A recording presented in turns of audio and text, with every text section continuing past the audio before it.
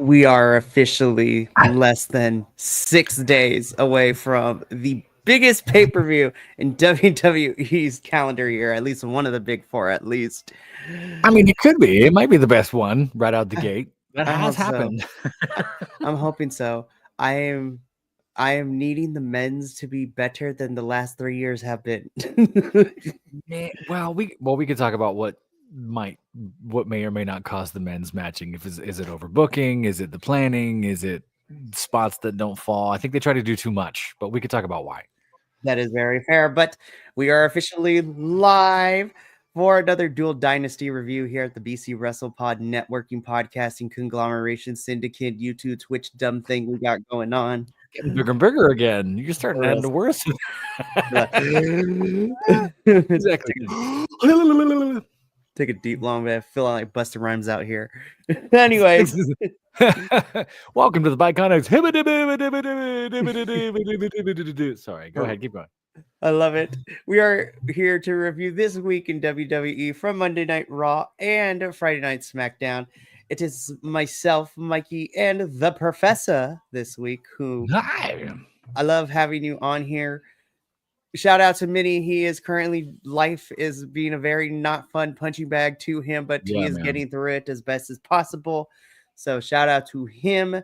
And so this weekend and then the Rumble review next week, like this next Sunday, is going to be crazy. We're going to have a full squad for that, including, Kilty Boy, our Kilt Man 42, our newest WWE correspondent. So that's a crazy thing. We got a lot to talk about next Sunday. We do, but we also got a lot to talk about this week. So before I get into everything, you already know the drill. If you like what you see on your YouTube and Twitch screen and you want to see extra bits of behind the scenes stuff, as well as a look at our report cards for each week's show, you could definitely check us out on the social medias. We got a bunch of everything. We do the report cards. You can see social media clips of full-length episodes with our little faces giving out context commentary, which is fantastic. So there's inside jokes, there's merchandise that you can buy as well. We have it all, so enjoy yourself. And thank you for being here. So without further ado, let's just jump straight into everything. So this one's going to be fun. We're going to talk about the Raw and the Smacketh of Downs. First and foremost, I want to shout out Raw for not always having to go the whole entire 3 hours on Netflix, which is very, very nice. The sweet spot they've been ending at is 2:15, 2:30, and I'm just like, it feels great not to have those restrictions. Meanwhile, on SmackDown, 4 hours long. SmackDown has to fill in the 3 hours due to being on USA Network, which sucks, but fine. But I hope we'll talk about this when we get to SmackDown. There's a few things they're doing to fill that time, and I'm not sure if I'm a huge fan of it yet.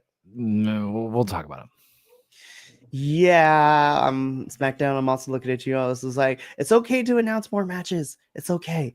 Like when you only get like 1 or 2 each week in the preview cards, and then almost like, I want everything to look cohesive for the slideshow. But that's just a me exactly thing. Right. It's like, I have producer to do here. Well, I don't think this is happening on Netflix. I'll say this now quickly, and we'll talk about it when we get to SmackDown, because I know we're gonna do stuff.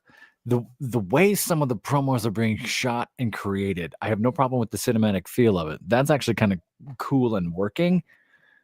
But after hour 1, it really does start to feel like we need 30 seconds here, we need 2 minutes here, we need 5 more minutes here. Like it does start to feel a little too fluffy in certain spots, but that might just be me being an old man, but we'll see. We shall see. And I am happy that you are an old man who is with us. No, I'm just kidding. I've survived so long. Yeah. No, Will would take offense to that, and he would put us in our place immediately. Will's way up there. Don't mess with Will. We'll tell you. Nah. Yeah. My goodness. We'll talk off camera. But let's start off with Monday Night Raw. So we kick things off with Jey Uso cutting a promo in the ring. It's funny in hindsight doing these after everything has aired, because this is a promo leading into Saturday night's main event, where Jey Uso did take on Gunther and of course did not win, but that is okay. But he cuts his promo. Gunther comes down. Gunther interrupts and tells Jey Uso that he's just the mascot for Monday Night Raw and nobody's going to take him seriously. And I'm like, ooh, that kind of stings. It's kind of true though. But I love that Jey Uso kind of leaned in and said, you know what? I am a mascot for Monday Night Raw. I'm their mascot, pointing to the fans and the fans cheering. It's like, it's because of them that I get to do what I get to do. And it's because of the fans that I pretty much, that the boys in the back get a say of how much screen time I get. It's because people want to see me and they believe in me. That don't discount me just because I am the mascot, because we have seen that mascot characters tend to shock the hell out of everybody. So a brawl ensues. Jey stands tall by the end of this. Jey is so over with the fans. Yeah. And I'm just like, I need this man to be champion in some capacity by the end of 2025. That's where I'll say that. They hinted at it on SmackDown. I don't know if you caught it. Wade Barrett said it. He was talking about they're the greatest tag team, one of the greatest tag teams. They're a great tag team of all time. Something like 8 tag team championships with it, all that stuff. But then alluded to no singles champions or no singles somethings between them, or no, I think he was talking about Jimmy. No singles title for Jimmy and Jey, this and this, but they primed the well a little bit. I don't know. That could mean 2025 something's coming, but they put that into the ether, and they don't normally do that on mistake. No, so here's hoping that this man gets a championship in 2025. But this was a fun promo. Of course, if you saw our live watch along last night, Jey Uso and Gunther main evented Saturday night's main event 2. Jey did not come out the winner, but it seemed that Gunther has a little bit more of a respect for Jey, which is nice because I'm like, slowly turning baby face Gunther might be interesting. There's a few turns I think we have coming up now after, SmackDown in particular, because that's what I was watching, but I think something's coming. We'll talk. It's for sure. So after this promo, we go backstage really quickly with Bayley. Love her purple hair and everything now, where she officially announces that she has moved on over from SmackDown and now is officially on Monday Night Raw. So the hugger, the role model, Bayley is now officially on Monday Night Raw, which, I'm actually glad because I feel like we kind of ran her course in this chapter on SmackDown for her. And with her losing to Tiffany cleanly, I might add, in the championship match last week. So this is a nice change of pace. Bayley can have some fresh feuds with the women's roster on Raw. And you know what? She might want to challenge Rhea down the line too, which is fantastic. Of course, this is where Nia Jax comes in. She interrupts Bayley at this point in the promo, declares herself for the Women's Rumble. Nia Jax and her exchange some words because they have a match later in the evening where Nia also declares herself for the Royal Rumble as well. So it's getting funny. Who's not declaring themselves for the Royal Rumble? The way I put it is that WWE did like last couple of weeks. We've had a bunch of the men do it, and they're like, "Oh, we have the Rumble next week. We got to start declaring the women. We forgot we have to declare the women." I don't hate it, but I'm also like, surprise me. It's the Rumble. I don't want to know you're in it. I don't think it's. I know you're there. It's a surprise that you're coming, but if you want the real pop, it's not knowing they're there. I don't know. I go back and forth on that, I guess.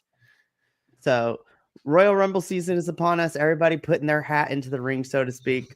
Everybody. Yes. So we get into our first match of the evening. So we were advertised that the New Day would be back in action in the ring, which in this case was Kofi Kingston taking on Rey Mysterio in a very, really fun match. There was one point in the match where Kofi accidentally dropped Rey Mysterio when he picked him up from the powerbomb, and kind of Rey just flopped on his back a little bit. I'm like, oh no. Ouch. But Rey and Kofi definitely picked it back up. Good back and forth. Rey Mysterio ultimately picks up the win. New Day beat Rey Mysterio down afterwards. And then, of course, the rest of LWO. There's too many factions with L in their names. But LWO come out to even the odds a little bit. So it seems that the New Day will be taking on Rey and his crew for a little bit. So not mad at all that. I love the change in the New Day because now they're just dressed in like black pants and everything. So they're just like wrestling in pants and everything. Sure. The color is gone. They're very muted in their presentation. This is a fun match. I wish I had time to watch Raw because I really want to see more of them and what they're doing. I'm only catching it a few days later or bits and pieces, but it looks so cool. I'm gonna start sending you like the 8-minute recap videos that WWE posts on their YouTube page to give you the quick rundown. Kofi yelling at that kid who made fun of his chest. Yes, that's great. I love that these fans have no chill, and the wrestlers are kind of loving and interacting with that aspect too. Well, because then they're doing it right? You care enough to yell at me, I'm doing something right.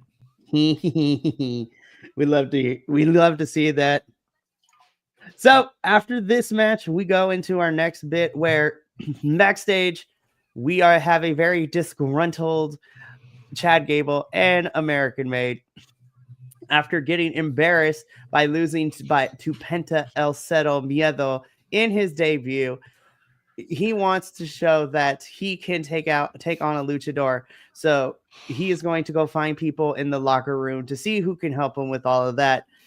We'll talk about it when we get into later in the show of who Chad Gable ends up going to for some advice, which is really interesting to me. It's a missed opportunity to get El Generico back, but I digress. That would be hilarious. So disgruntled Chad Gable is very fun.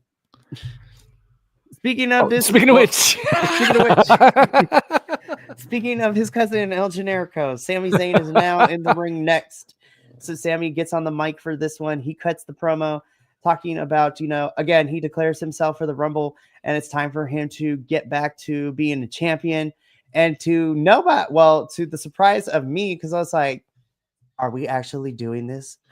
Don't tease me with a good time, WWE, because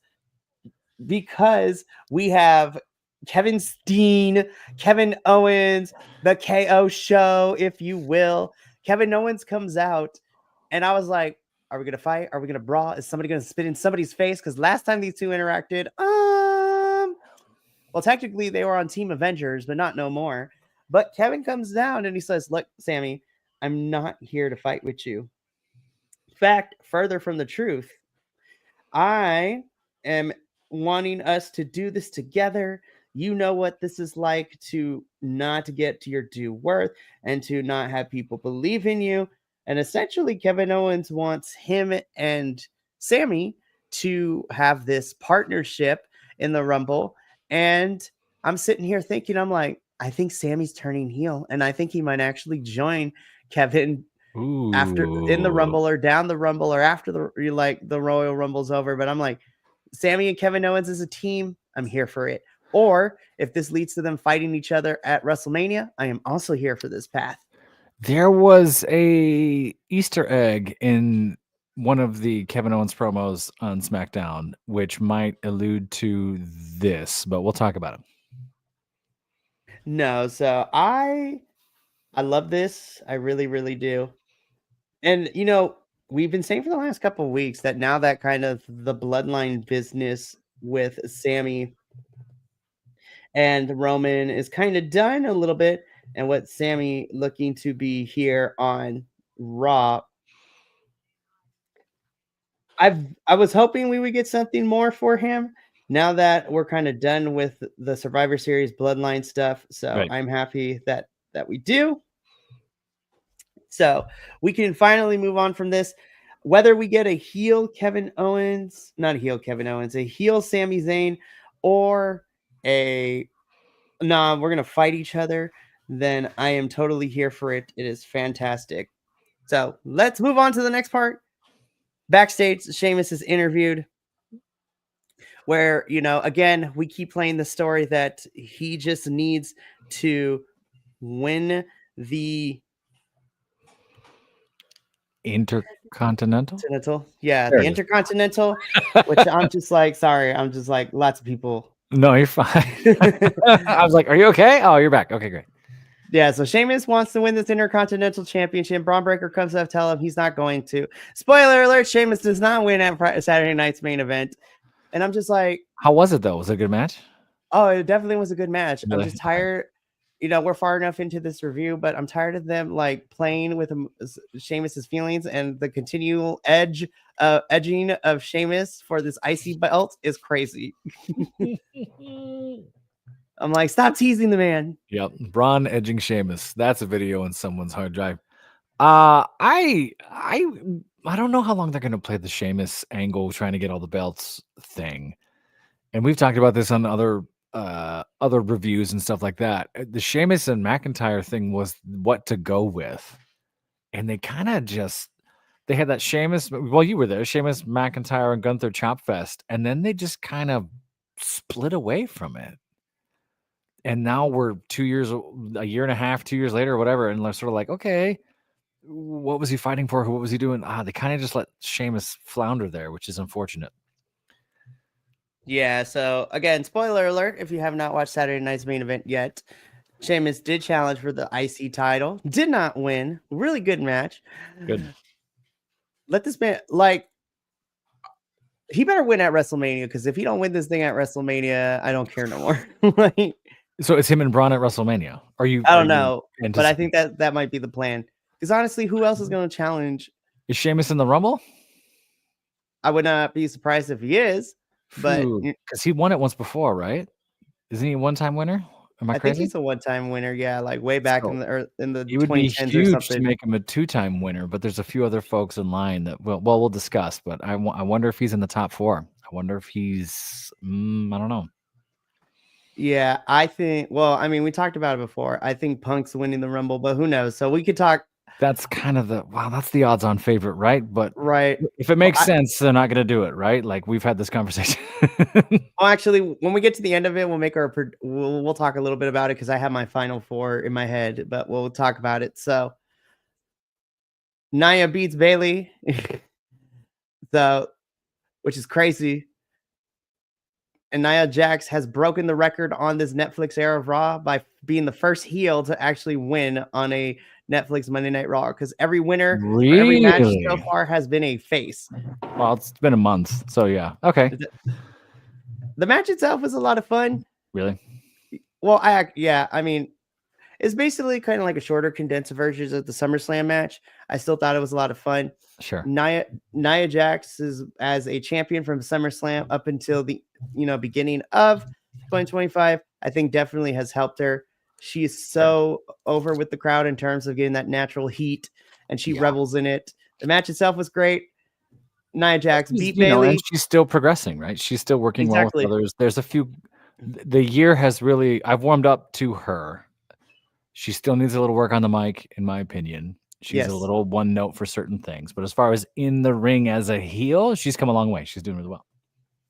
Yeah, so I don't mind that Bayley lost it, because now it gives her like a more of an upper direction to go. Now that she's back on Raw, she lost to Nia, who is still on SmackDown. So Rumble's here, and then story for Bayley for WrestleMania. Can't wait to see where that goes.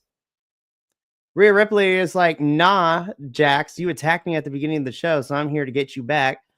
And this is where we get to This is where we get Rhea versus Nia Made for Saturday night's main event, in which Rhea Ripley beats Nia Jax. And of course, everybody on the internet posting pictures of the way that Rhea Ripley pins her opponents, which I'm not mad at.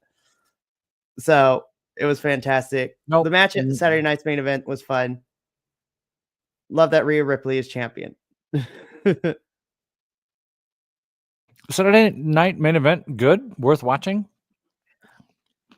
Okay, so the best way I could describe it, I will definitely say from pacing standpoint, it definitely was paced better than the first one, because it felt like the first one was go, go, go, go, go. We got to get through everybody as quickly as possible. I think they were smart to only have 4 matches and an in-ring segment to kind of make the flow of everything. I know people were complaining about ads, but I'm like, you guys, this is airing on like actual NBC. Of course, there's got to be ads. Y'all need to calm down. I didn't get mad, except for when we got to the main event. Like every 2 minutes was then an ad break. I was like, no. I mean, I would take an ad break over picture in picture, but that's just for real. We'll talk for about real, that. Seriously. But this is where the challenge was made for Saturday night's main event. Rhea Ripley defends and wins and retains her championship from this past Saturday. Of all the people that Chad Gable went to for some advice, we're backstage in the Judgment Day clubhouse. Chad Gable talks to Dominic. Dominic has somebody, and I'm just sitting here. I'm just like, he knows the dark arts of Lucha Libre, and and I'm just sitting here. I'm like, oh my God, is this the hint that we're getting Malachi Black? The Dark Arts of Lucha Libre. That's what he said. Yeah, the Dark Arts of Lucha Libre, which is a moniker that Aleister Black / Malachi Black / Zelina Vega's husband has as far as like his wrestling dojo and promotion. I'm like, is this the slow tease that Malachi is coming back to WWE? Because I am here for this. If he walks out during the Rumble, that place is gonna explode. Listen, all I want is if Aleister is coming back to WWE, I need him and Penta to fight at some point because that is money to me. Oh, easy money. Easy pay-per-view money. But again, I love the fact that Chad came to Dominic of all people, which makes sense because Dominic also has the connections of the dark arts of Lucha Libre. Look at that the world-class mullet on Dom is just still so it's good. Crazy. So Chad leaves, and then the Judgment Day have a talking to because Mr. JD McForehead, as I call it. JD McDonough, aka JD McForehead. Dominic and him and on the boys, and with Liv and Raquel there too, they talk because next week they get a tag team championship rematch against the War Raiders, and with Finn Balor not there, JD's like, okay, I need somebody to tag with me so we could get these tag team titles back. And so Dominic steps up to the plate. So Dominic and JD will be teaming up to face the War Raiders the War Raiders next week. Who are the they? Tag titles. What's their name? We went back to the War Raiders, which is great. Which is great. No, it's perfect. So it's better than what they originally were with under Vince, which is the Viking experience, which is so stupid. See what they're trying, yeah. So that was really weird. Lyra Valkyria in a pre-tape promo talks about how she's going to be Prestige as the first ever women's intercontinental champion. So she won this by beating Dakota Kai last week. Really good match. Loved it. Was so much fun. And I love that she plays along with all the jokes being made too, because in her Twitter bio, she tweeted, she's like, to go from being Becky Lynch's protege to being an NXT Women's Champion to being the first ever Intercontinental Women's Champion, just to be referred to as the Bird Lady with a crying, laughing emoji. I'm like, Lyra, I love you. But no, I'm excited for this, especially, that first part. She is the student and protege of Becky Lynch. Yeah. So I'm just like, the Irish are taking over, and I love to see it.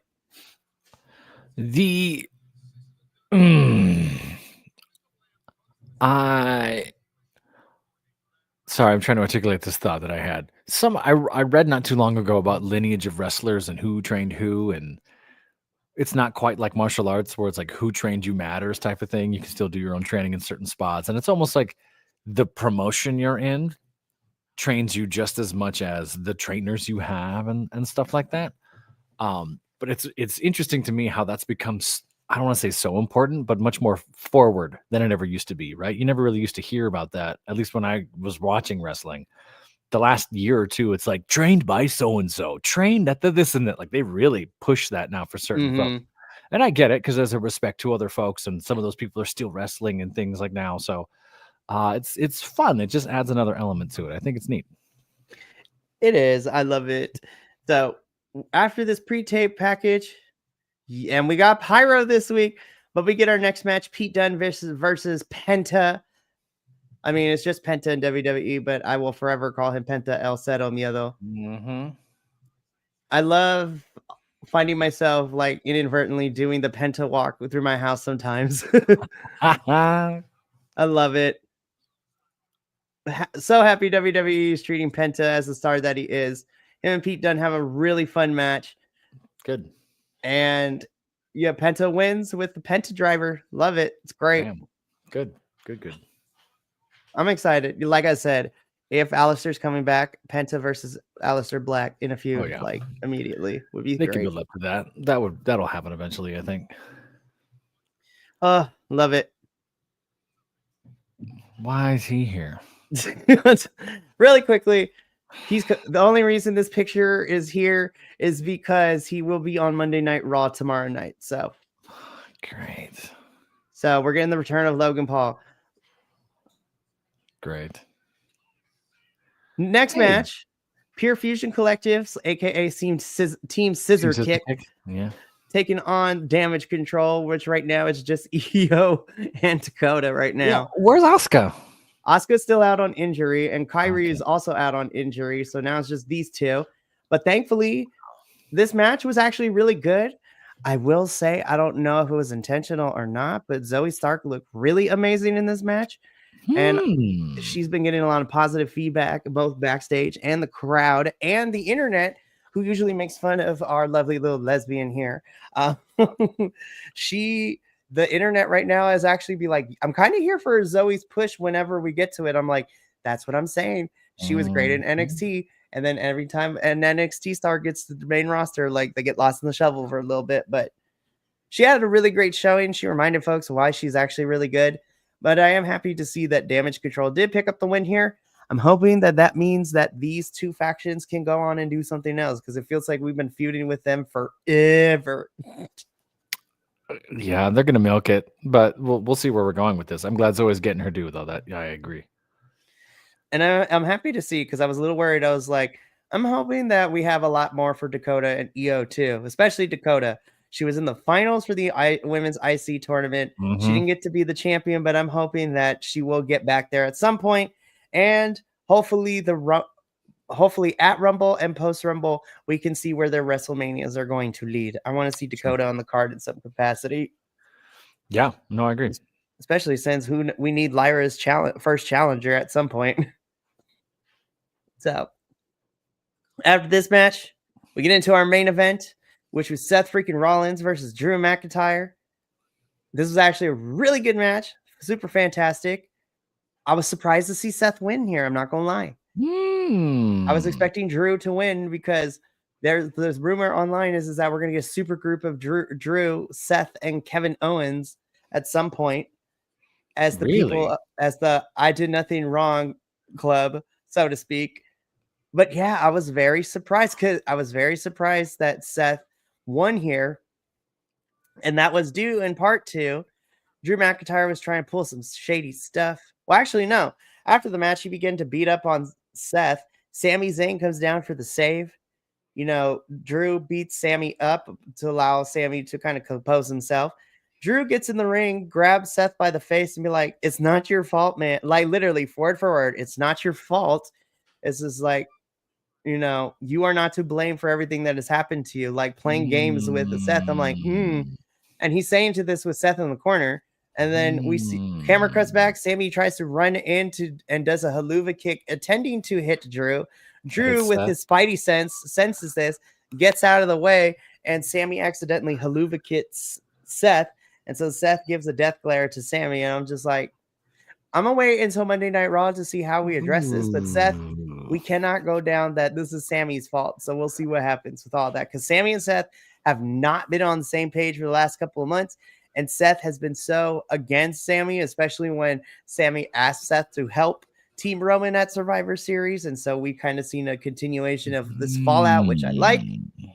But that is your Monday Night Raw recap. I like how subtextual that is to me. That's much more of a Papa Helmsley thing than a Vince thing, right? Like, this is much more of a cerebral story than it is a "you betrayed me" type of story. Fascinating. I love the thought of a Seth, Drew, Kevin alliance. Is damn, like that's a powerful group right there. That's a star power heel faction. That's not a faction to support us all. That's a faction that's three powerhouses. They're about to run through and collect these championships like Pokemon cards. like I don't know if we've had a faction quite like that.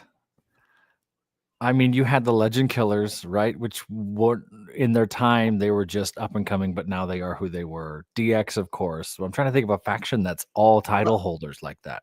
That's not Judgment Day. Of course, Judgment Day that had 100 titles or whatever else.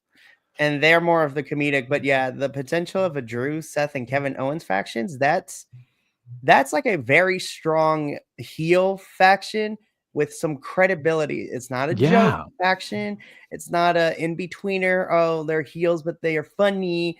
This is like, oh, they're about to lay waste to this roster, and I'm kind of here for it if that's what we end up getting. And of course, they've tried that with a few folks over the years, and sometimes it works and peters out. But I don't think that's a wild. I mean, that's, in my opinion, that's like an NWO type of thing.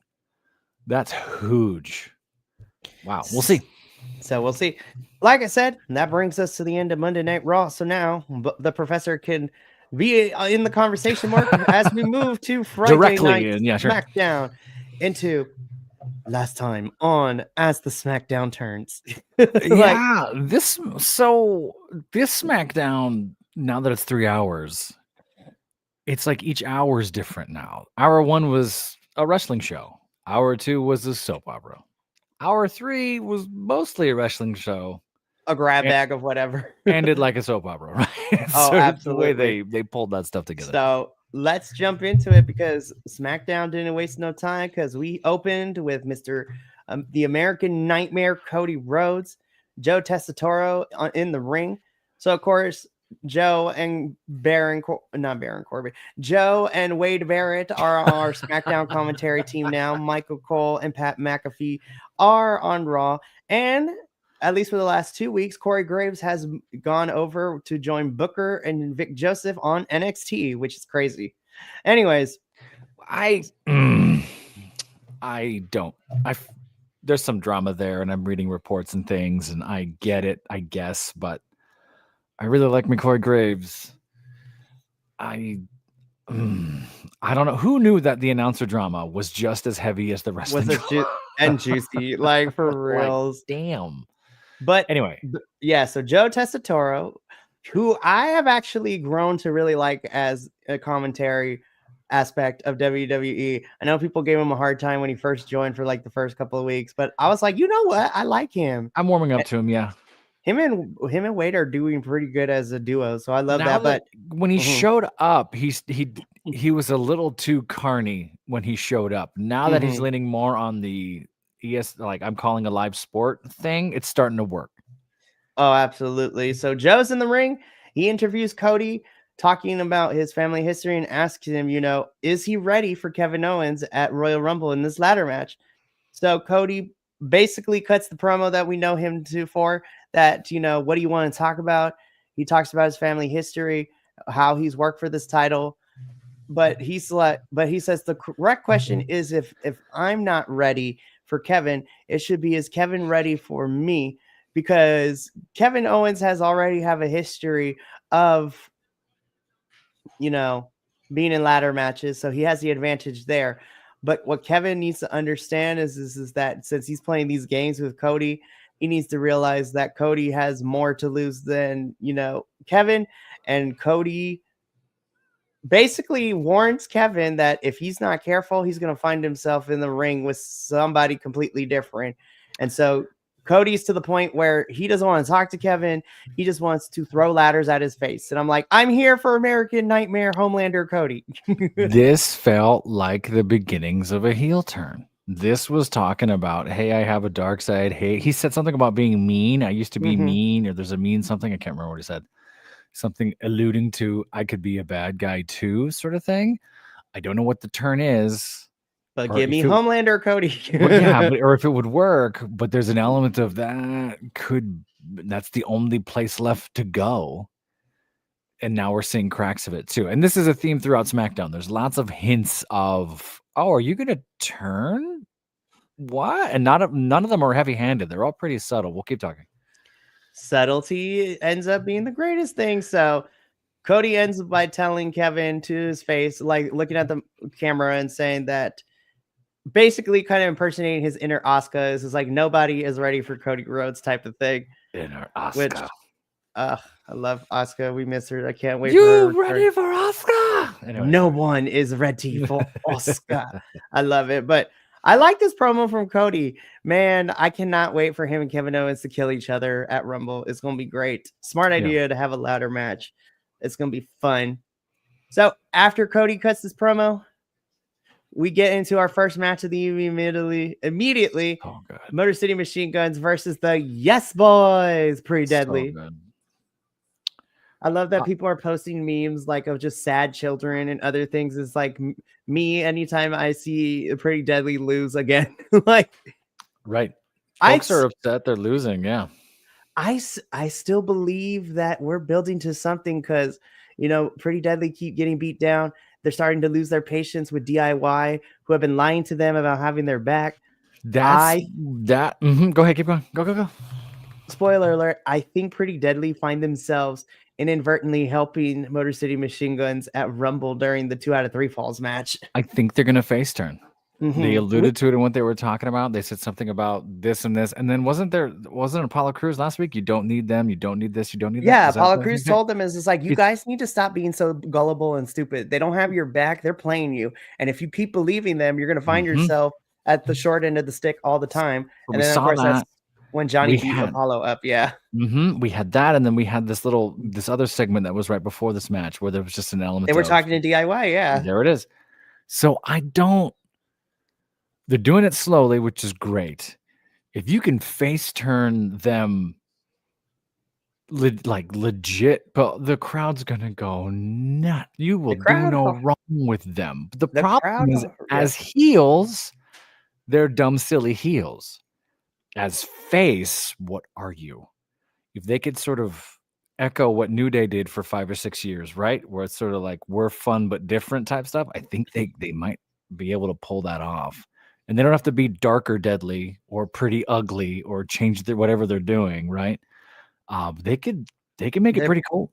The personalities of these two characters has the potential to be like endearing as a like character trait for faces.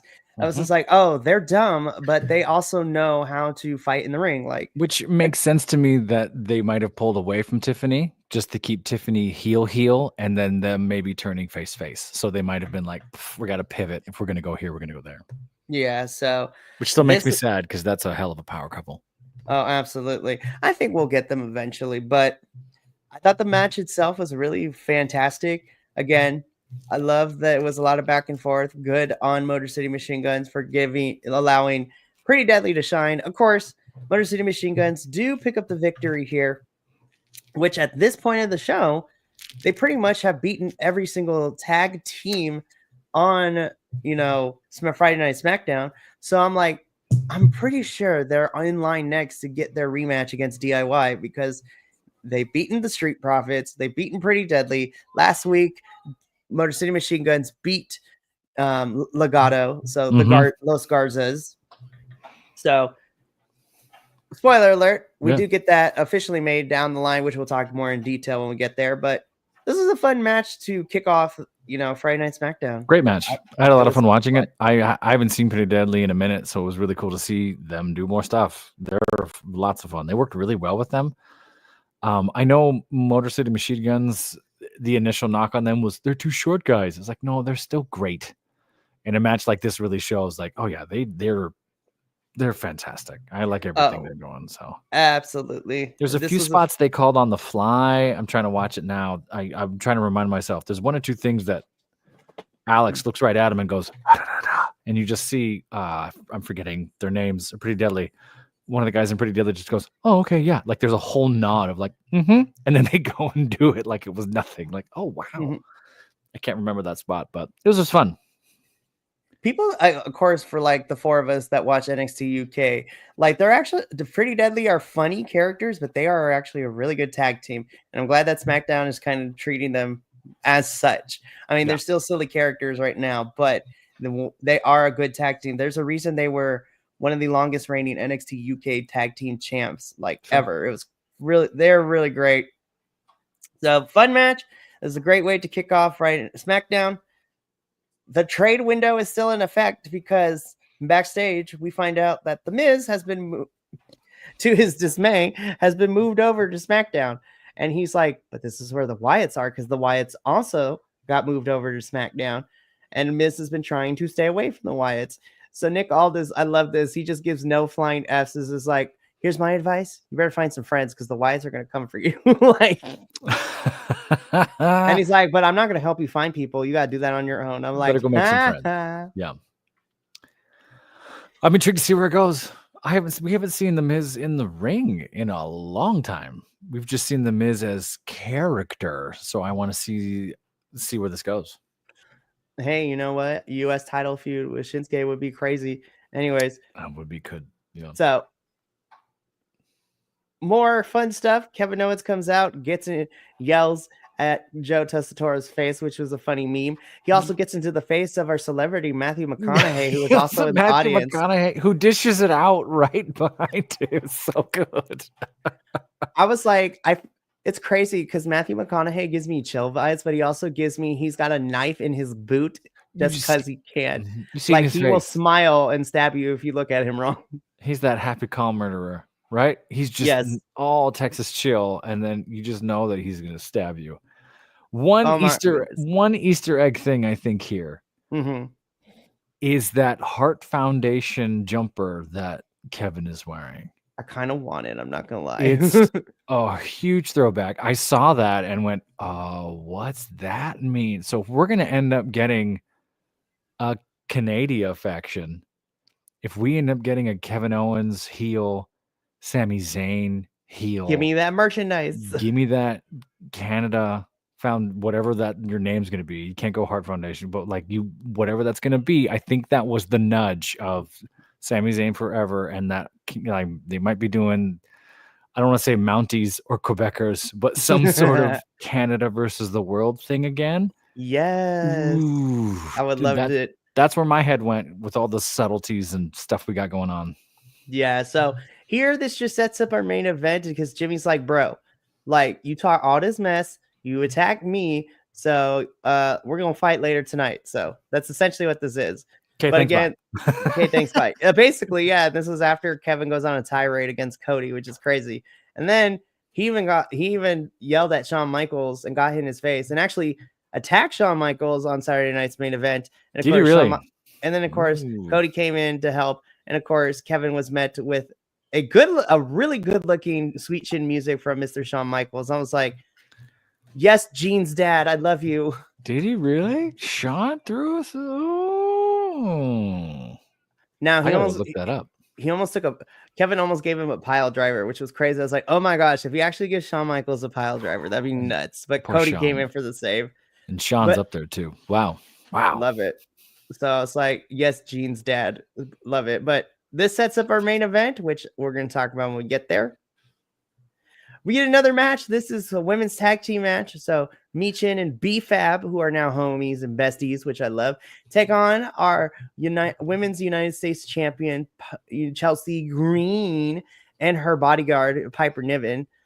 So you missed it last week, but when Chelsea came out with Piper was dressed in a bedazzled like black pantsuit, looking like a Secret Service agent, which was hilarious at it. I was just like, I want to know, where did you get a bedazzled pantsuit like that? Like, I mean, money will make you do anything. That's what Wade Barrett was saying. Like something. She's the Secret Service of the. It's like what? Piper Niven has literally come down dressed in black every single time as Chelsea's Secret Service, which is crazy.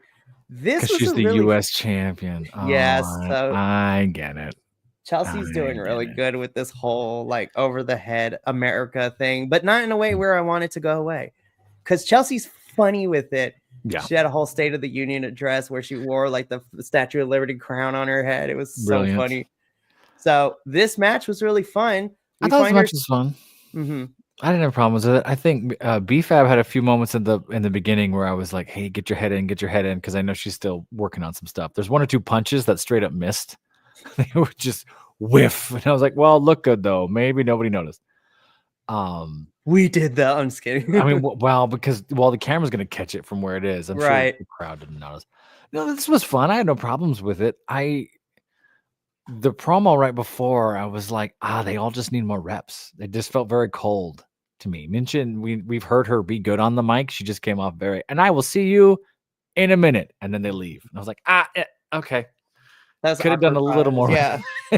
But, still fine. This is a fun match. We will be revisiting these ladies later in the show because there's some implications for what's going down on the Go Home show for SmackDown. Mm-hmm. Get excited because bisexual Undertaker has now been drafted to SmackDown. Backstage, we learned that Damian Priest is now an official member of the SmackDown roster. And I'm like, you know what? Good on that, because he beat Finn Balor in that street fight last week in Raw. We are finished with the Judgment Day. And I'm just like, I'm ready for him for him to have some new feuds and everything. And at this point, this is where Carmelo Hayes comes in, and we get Carmelo versus Damian, later on in the evening. And I'm sitting here, I'm just like, damn, Carmelo is getting screen time, and he gets to fight all the new people. Like, Carmelo's had a busy year, fighting right? Everybody, which I love. Started, 2024 with 8 Andrade matches, and then had to pick up and fight everybody else the rest of the year. Like, getting not to mention, 2 United States Championship title opportunities, which included a one-on-one versus him and versus LA Knight, and then the triple threat, which was the best match at Crown Jewel, which was unfortunate because I wanted to watch that match. But it's really fun. So I kind of love that Carmelo Hayes has become the sort of, I don't want to say jobber, but sort of the guy that's like, hey, you're new here. Meet Carmelo. He's got to go fight Carmelo Hayes. That's great. I like seeing Damian Priest here. Yeah, I'm excited for Damian to be on SmackDown. So it gives him more opportunities. And, later on when he has his interaction with Cody Rhodes, I was just like, oh, we're teasing him and Cody at some point. So I can't wait. Yeah, that was hello. Those muscles will kill me. Like, holy Jesus, Charlotte. There she is. Charlotte Flair. We get another vignette. I'm just like, yo, I'm kind of here for this rich, like, Miami, like, princess kind of character. I'm like, I'm here for this. I was like, she is beautiful and she scares me at the same time. I want to see what they do. She's been over. It's been, 18 months or something now, right? It's been a while. She will be back at the Rumble because last week she declared herself for the Rumble. So that would have been 2 years, I guess. Is it 2? No, it can't be 2. It's been a while. Almost 2 years. I want to say like maybe 20 months is probably the highest I would go. It was right at the end of 23. I want to say it was Survivor Series or somewhere in there, November, October 23. I want to say so. A year in time, yeah. So not that long, year and a half. We're at a year and a half. Mm-hmm. So I'm intrigued to see what they do, bringing her back, pivot wise and story wise, and what do you do? Because the women's division has changed so much since she's gone. Because while we could argue, I don't want to argue that too much. Partly because now she wasn't taking up so much space. So they were able to do more things with it, but I'm intrigued. I am too. So from this little vignette of Charlotte, let's see. I'm kind of here for this little. I'm kind of here for Wednesday. Yeah. I'm kind of here for Wednesday Addams and her blonde friend. That's a great way of putting it. Dare I say, okay, so let me start from the beginning with this one. So Tiffany comes out, she begins to cut a promo where she's not worried of who wins the Rumble because she's going to defend her championship. And I'm just like, you go, Tiffy. Love to hear that nobody can compete to her. Then all of a sudden Rhea Ripley comes out and she tells her, she's like, I'm glad you have that attitude. But until you experience it, you better keep your head on a swivel at all times because this is not Rhea's first rodeo as champion. And she knows that everybody and anybody, friends and foes, will come for you for that title. Which then, of course, again, so then we get this because I love Wednesday Addams and her friend. That's basically what that is, yeah. I'll say what I'm thinking in a second. Go ahead, keep going. So then we get interrupted by Liv and Raquel, which I was like, oh God, I thought we were done with this, Rhea. Why? But they're out here to declare themselves for the Rumble and that they're coming for the titles. Bianca Belair and Naomi then come out, declare themselves for the Rumbles. They lead into a brawl, which then leads us into our next match. And then I'll let you talk, Professor, which ends up being Rhea, Bianca, and Naomi versus Raquel, Liv, and Nia Jax. Because Nia also comes out and declares herself for the Rumble. So this promo wasn't. This is what I was talking about before we started. I'll just mention this quickly. The promo itself, I started to be like, why'd you overbook a promo? And I get it because we're going into Rumble. What it also tells me that the go home shows aren't going to have a lot of women's segments. So they were sort of overloading this one, right? Which is unfortunate. I think they could have cleaned that up a little better. This was a treat to see people who are normally on Raw over here on the SmackDown. So that was kind of nice. I thought this match was fun. I did too. I enjoyed this. I'm not saying there were miscues necessarily. I think it was supposed to be a tag team that they threw together into a triple thing that they threw into a this and this. Well, who could actually be there? So it felt a little just me. It felt like they had 24 hours. They realized who's in the damn thing. That being said, they all worked great together. Rhea took a shot to the eye. She got something hit under her eye at one point. She wasn't bleeding, but she was definitely like, oh, something happened to my face. There was a great, Rhea Ripley just doing feats of strength is ridiculous. That annihilator that Nia Jax dropped on Naomi looked crazy rough. Like I don't want to rewatch it because it scared me, but I was like, if you got her in the stomach, she gonna die. Like she was flat pancake Yokozuna style. Like, God, I hope she's okay.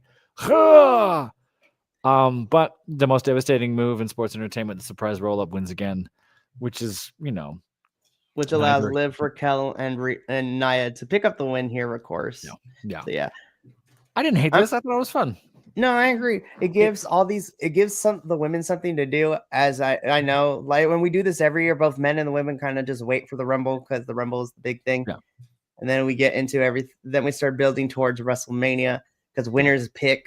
So winners pick their challengers or who they want to go after, and then whoever didn't get picked, their spots are determined when we get to the Elimination Chamber in March, which I'm super excited for as well. So no, this is fun. Other than it feeling a little booked a little soon. I don't know if this is true or not. It felt like we got to do something, put all the women in there, make it happen, ring the bell, ding. And they still work great together. They're professionals. There was just there were a few moments in there where I was like, Rhea still looks strong. Everything else was fine. Yeah, loved it. So Michin gets another shot at the title next week. So it'll be her versus Chelsea for the Women's United States Championship. Oh, I misspoke. This was the promo I meant earlier. Where I was a little like, this could have been a little juicier. Yeah, but hey, you know what? Chelsea versus Michin.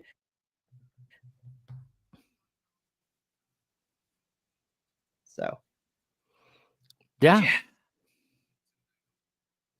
You cut out for a second. What'd you say? Anyways, what's the last thing you said? No, I just said yeah. Oh, okay. You said everything. You disappeared. I was like, where'd you go? All right. Perfect. I do kind of love the Wonder Woman. The Wonder Woman look. Right. I was about to say this whole setup between these two. Wonder Woman 1985 look. Not bad. It's fantastic. Love it. Apollo Crews actually wins a match. Hey, I know. I should have jumped on the DraftKings. Damn. So it was Apollo Crews versus Johnny Gargano, as we mentioned previously earlier in the show. Last week, after Apollo Crews gave some advice to Pretty Deadly, Johnny Gargano got all mad and attacked Apollo Crews for sticking his nose in their business with Pretty Deadly. So then Apollo and Johnny have a quick match. Motor City Machine Guns help out. Apollo Crews picks up the victory here.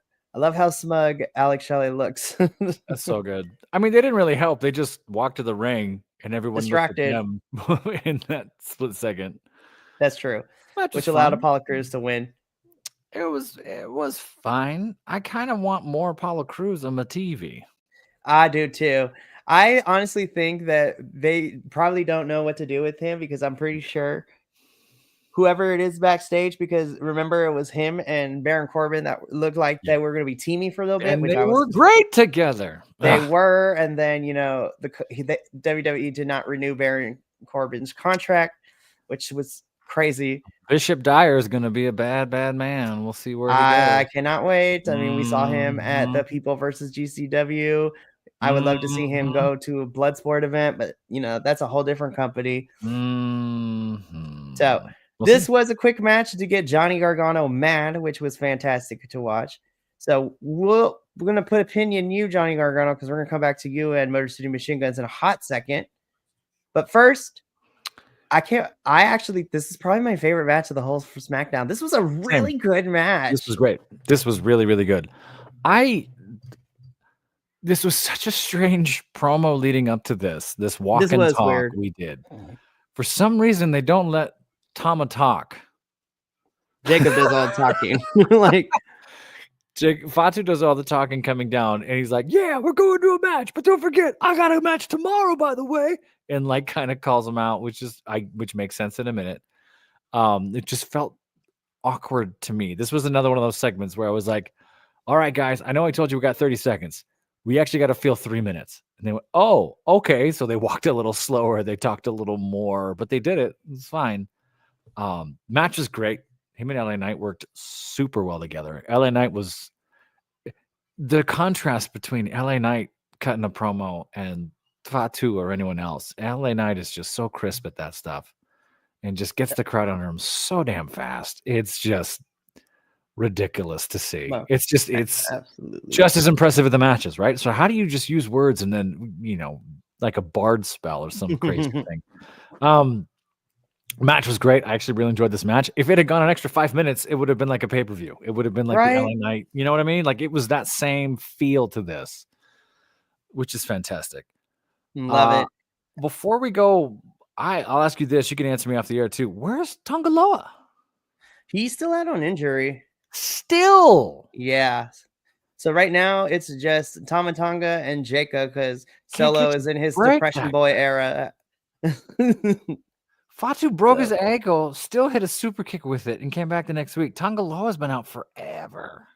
Yeah, so that's I'm hoping that he'll come back within the next month or two. Well, only time will tell. Again, LA Knight picks up the win here. Jacob and Tama aren't done, but Braun Strowman came out for the save.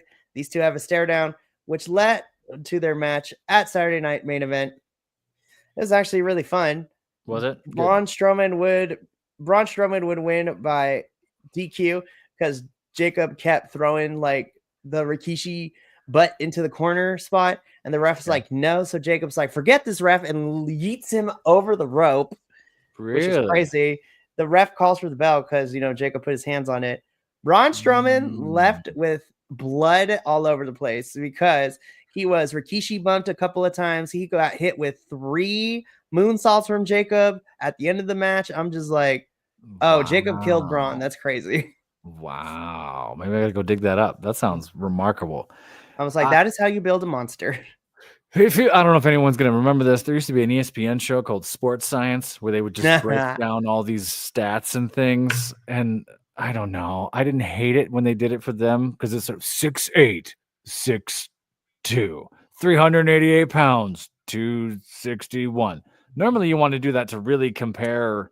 It's okay to compare and contrast, but the way they did it was like, you're making Fatu seem small. He ain't small. He's a violent dude.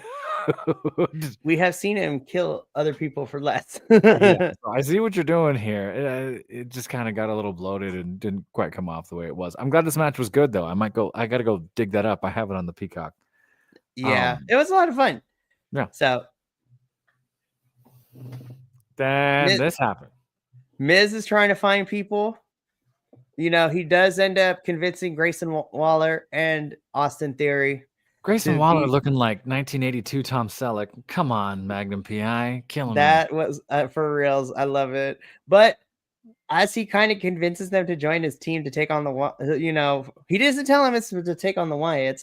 Nick Aldis comes in and is just like, Grayson Waller, Austin Theory, pack your bags. You have now been moved over to Raw. We'd love to help you. You're going to Raw. What? Yeah. And they're cool with it. And they're like, hey, Miz, though, if you ever need us, call us. And Miz is like, I am about to die. Yeah. Which is great. I wonder well, now it's a question of who does the Miz get to help him out, which is now we have somewhere to go. So that's interesting. The caption says it all. Love it. I love angry animation, Shinsuke. I think it's fun. Sith Lord Shinsuke Nakamura. When Sith Lord, this is Sith Lord Shinsuke, which I think is great. Especially after that commercial break where I thought Hogan was going to declare because he showed up in that commercial. And I was like, oh gosh, if he don't. Listen, I am proud. California is a weird mystery. Sometimes I'm not proud to be a Californian, but Southern California on the debut episode of Monday Night Raw in Inglewood, California, when Hulk Hogan came out and the crowd booed him the entire way. I am proud of my city. I am proud of my state. Up here in the north, we have our question mark places, but we're a lot more alike than I think. Yeah, so love it. So Shinsuke's in the Rumble. Damian Priest and Carmella Hayes put on a banger match. This was a lot of fun. It was a lot of fun. Damian picks up a win here, so yay. Yeah, I could talk at length about it. But I know we're up against it, but yeah, this was fun. Carmella Hayes tends to do really well against folks twice his size. You know what? You are absolutely 100% right. Because it was this match, Andrade, who's not twice the size, but much larger. There was someone else I want to say that he was like some 7-foot monster that Carmelo Hayes had to do. Do you remember what that match was? It was a pay-per-view, and it was Carmelo Hayes versus, and we were like, that's ridiculous. It wasn't Braun Strowman, but it was someone huge like that, where we were like, what is this madness? Yeah, I forgot who it was. I'm gonna have to look it up, but no. Carmelo tends to do really well against, being on the when he's the shorter of the two opponents, because it allows him to fight more up, which I think is a word that is the thing I could say. Fight up. I don't know if that like he could. Well, I mean, yes, but his agility, his ability to go up and get it really shines. Impressive. Right? Yes. The athleticism to be like, hey, I know you're probably 5'11", but you can dunk it. Show me that athleticism, and then he gets to show it in that instance. Oh, absolutely. So Damian does win, but this was a great match. This is what I wanted to talk about really quickly too. So earlier when we were talking about, Motor City Machine Guns going through everything and every other tag team, that's exactly the basis of their reasoning of why this is happening. So because Motor City Machine Guns have beat the Profits and Los Garzas, and on this episode beat Pretty Deadly, they have, in my opinion, earned a number one contendership, which Nick all disagrees. So not only are we getting these, which is crazy to say, but we're getting a tag team championship match on a pay-per-view. So it is going to be DIY versus Motor City Machine Guns. If only Andrew cared about WWE anymore. Right. But to put an added cherry on top, it is going to be a 2 out of 3 falls match, which I'm like, that made me excited. Yeah. I'm like, yes, give them time. Let the kid. I'm hoping this match feeds the children. Yeah. These are two like professional tag teams, like tag teams. They've been on tag teams together forever. So now I just need Triple H to tell all 4 of these guys is like, just do what you do best and just let them go ham. Yeah. That's going to be fun. I think that's kind of what they've wanted. They had another match that was sort of like, here, go cut loose and it burned the house down. So I'm excited to see him go for it.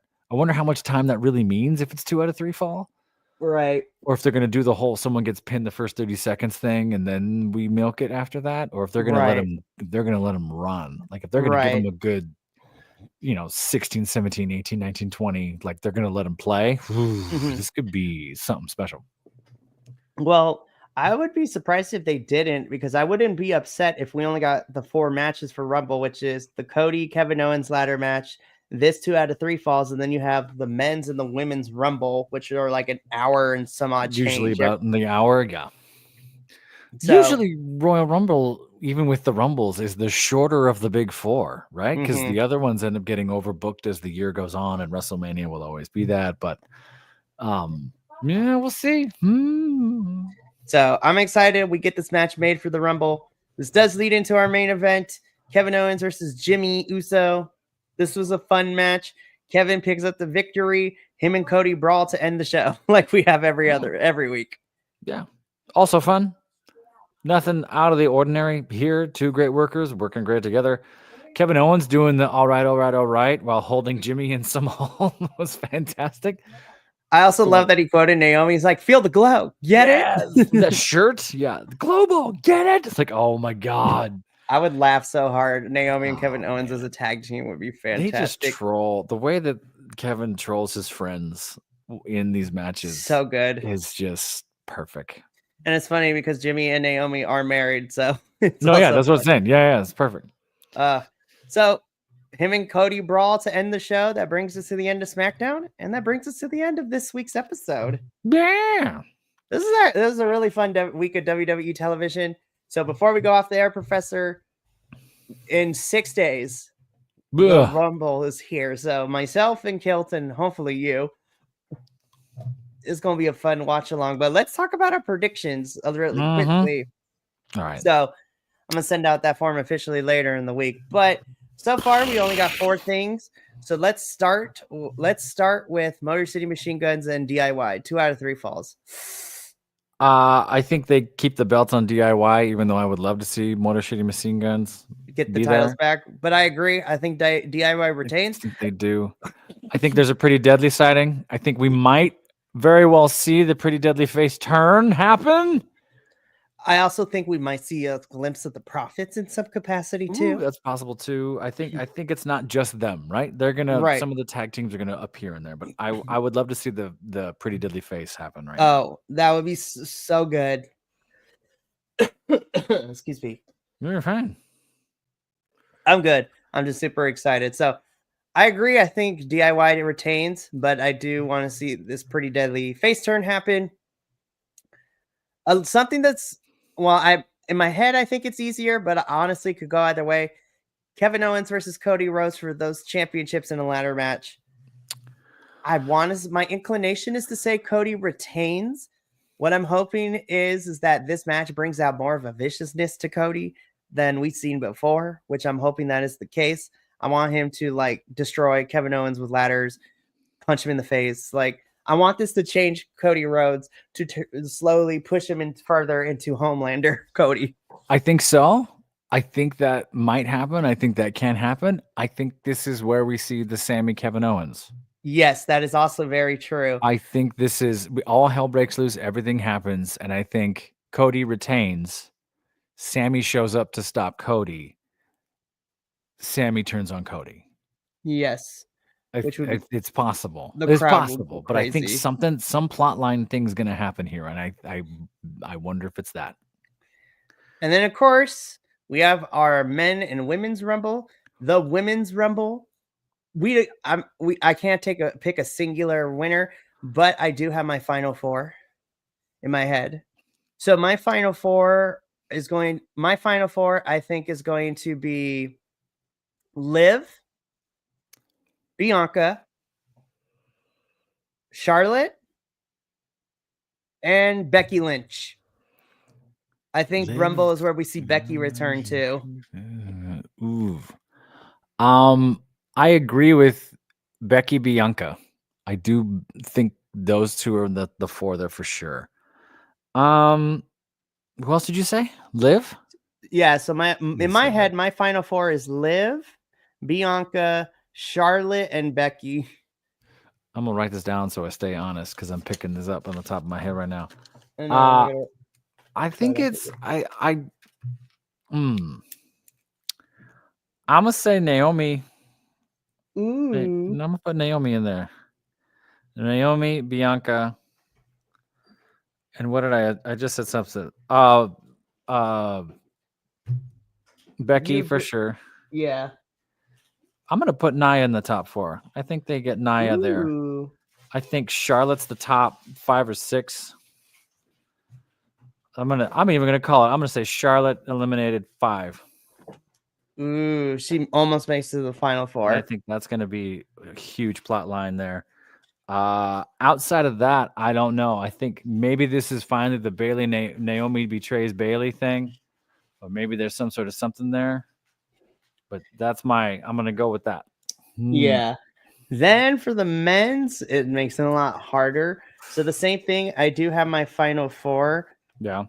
And so my final 4 for the men's rumble, I think is Roman, Cena, Punk, and a returning Randy Orton. Oh. So yeah, my final four is Roman Reigns, John Cena, CM Punk, and Randy Orton. I think Seth is the fifth person. I think Seth gets thrown out before final four. You think Seth is 5? Oh, that's smart. I think you because it's I don't know. Cena, Roman for sure. I had Cena and Roman on my list. I don't. You think Punk's 4? You think he's up there? I think Punk is going to make it to the final four, especially if they put him towards the tail end of the entrances because it's 30 entrants. I'm gonna do this. I'm a curveball all of us. I'm gonna ruin it. I'll say Punk in mine for sure. So Cena, Roman, Punk. We can agree on that. That number 4. I'm gonna think about it. I'm gonna wait all week to pick that number 4. I love Cena, Roman, Punk. I think there's someone else in there that they're gonna give a spot to. It could be Sammy, and then Sammy comes back at the end of the night to do what he does to Cody, like I was just saying right now. Yeah, I don't doubt Shinsuke either, because Shinsuke's won it, so he's got an angle to do it again. The men's is really well. Both of them are really hard to predict because there's a lot of cases for which women can win and which man can win. So the men is a little tougher for me too, because you know now we're on the John Cena retirement tour. I'm like, I would not be surprised if Cena wins the Rumble. Well, then that's my head. Is Randy Orton? Sure, I'm not denying that. If he comes back, maybe he's in there. Tell you what, if Randy Orton shows up Monday night or Friday night and goes, I'm in the Rumble, then I'll throw him in there. Yes. Who versus Cena would be the marquee? Oh my God, it's happening again from the early 2000s. I mean, that's very fair because Rumble gets to pick their champion. So it's either, if Cena wins, it's either Cena versus Gunther and Cena versus probably Cody. But no, I mean, who could enter the Rumble from the early 2000s that Cena would be face to face with if it was Cena plus who? Because Cena CM Punk is great. Cena Roman goes back a long time too. Cena Orton is that forever feud as well too. So it's just like, ooh, maybe it's but does Cena win the Rumble? Did they let Cena win the Rumble? Wow. I mean, Cena has yet to. No, Cena did. Did Cena win it during his return? That I'm trying to think. I don't know if Cena has won the Rumble. He won it years ago, didn't he? He was. Isn't that what started Spin the Belt? Cena. Let me look. Quick to the Google. Yeah, so Cena won. He won the 2013 Royal Rumble. So way later than I thought. Way later than I thought. Okay, maybe that was Money in the Bank where he cashed that in. Okay. All right, I'm going way back. I wasn't watching wrestling then, so I'm sure there's some fans out there yelling at me, going, "No, no, no!" I'll go Cena Roman Punk because I think that's huge, but I don't know who that number 4 is. Do they give a shot to someone? Do they put someone we'd never think of in there? Do they put a Penta there? Do they put a hot hand there, brand new person there, just to curveball us? So what makes this Rumble really exciting for me too, of course, because as somebody who covers NXT, I'm excited to see which NXT kids get into the Rumble this year. I would not be surprised if we see, for the women, Roxanne. For the men, I would not be surprised if we see Trick Williams be in this Rumble because that theme song goes hard. But what has me even more excited is the fact that since this partnership with NXT and TNA got announced for a couple of years, I'm telling y'all, like we could see Joe Hendry, sure, Mike Santana, Jordan Grace is on her way to WWE. Would not be surprised if she appears in the Rumble here. Masha Slamovich needs to be in this Rumble. I want to see Masha in this thing. You and Andrew was mentioning that to me yesterday. I want to. I do my prop bet picks every time, and I'm going to do the same prop bet, and I'm going to pull some superstar names and things out of a hat. I think that number 4 is going to be something we all go, what the hell? And they get farther than they should. It's not going to be Shane. Shane burned his bridge, but something of that caliber where we go, no way. Flipping way. How is this happening? For reals. Oh my goodness. I cannot wait. But If you want to see if our predictions come true, you can join myself, the professor, and Kilt this upcoming Saturday at 3 p.m. Pacific, 6 Please p.m. put Eastern. Repo Man in the Rumble. Please put That'd be Repo Man hilarious. in the Rumble. As we do a live watch along for WWE's Royal Rumble. It's going to be an exciting event, and we would love to have you guys there. That's going to be it for us here at Dual Dynasty. We are back to a more kind of relaxed, regular schedule this week.